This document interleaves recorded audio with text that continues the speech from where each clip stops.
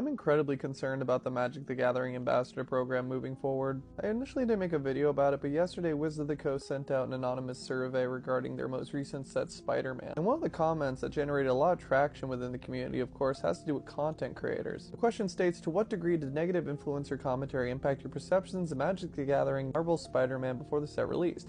Negative influencer commentary ...